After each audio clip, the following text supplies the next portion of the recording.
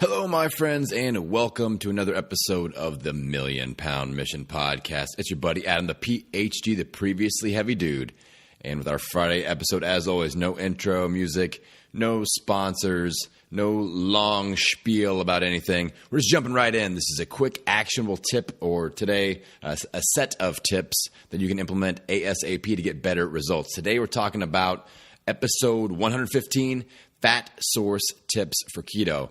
I have a really awesome Keto Done Right test group going right now, and they are rocking it. The results have been fantastic, and I'm super proud of them, so shout out to the Keto Done Right community. The issue that has popped up a little bit more often than I expected is people are like, I can't get my fat ratios up. I don't know what to eat. And people that are in traditional diet mode sometimes struggle with this. I could see this being a struggle point where they're used to following kind of a template and they eat and then they're done at the end of the day. And a lot of people are just kind of eating and then at the end of the day hoping that their numbers are adding up to the right thing instead of kind of tracking as you go. So first tip is you got to really track as you go, as you eat. It's like a mathematical formula with each meal, and you don't have to do that forever. I know some people are like, oh, that's not my lifestyle, Adam. That's not a lifestyle. People like to throw the lifestyle excuse out there. That's not a lifestyle. But it will be. You just have to establish the lifestyle and establish the habit first, then it becomes a lifestyle. So get over it.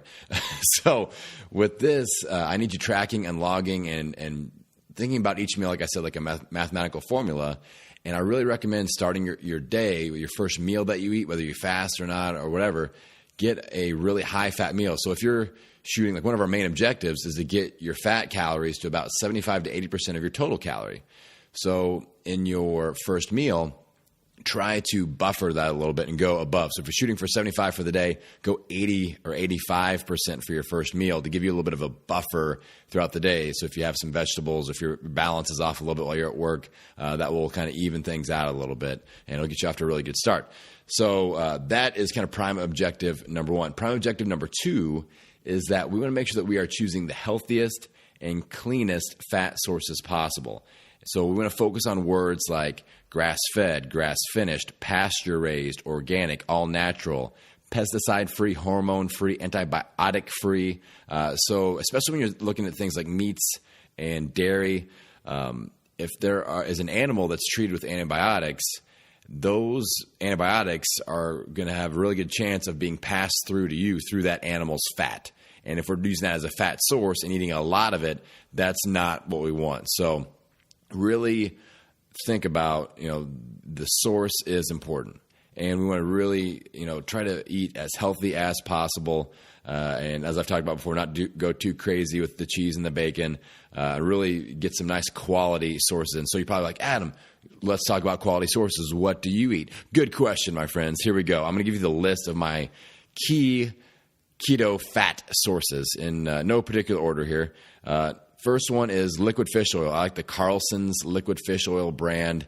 I love it. I'll just drink that off the spoon. I don't really worry about how it tastes or anything. I think it tastes good. It's like lemon flavor. So my kids actually do it too. My 7-year-old and 3-year-old and my wife. So and my dogs. So all of us, my entire family does Carlson's liquid fish oil, and we love it.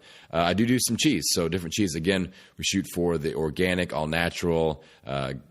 Grass-fed animals, all that is as much as possible if you can find it. Coconut cream. This one's a game changer. It's not, coconut cream is different from coconut oil. All right, coconut cream. Go on Amazon.com and search organic coconut cream, and I will link to my preferred brand in the show notes as well with a little Amazon link there.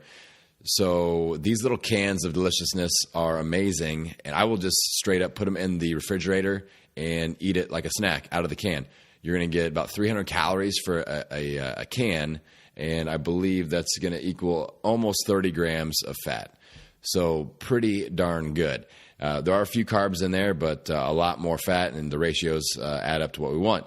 So coconut cream, I like mixing that into, pudding, or like I said, just different recipes, or adding it or eating it just out of the can. Now, I also use coconut oil. All right, so two different things: coconut cream, coconut oil.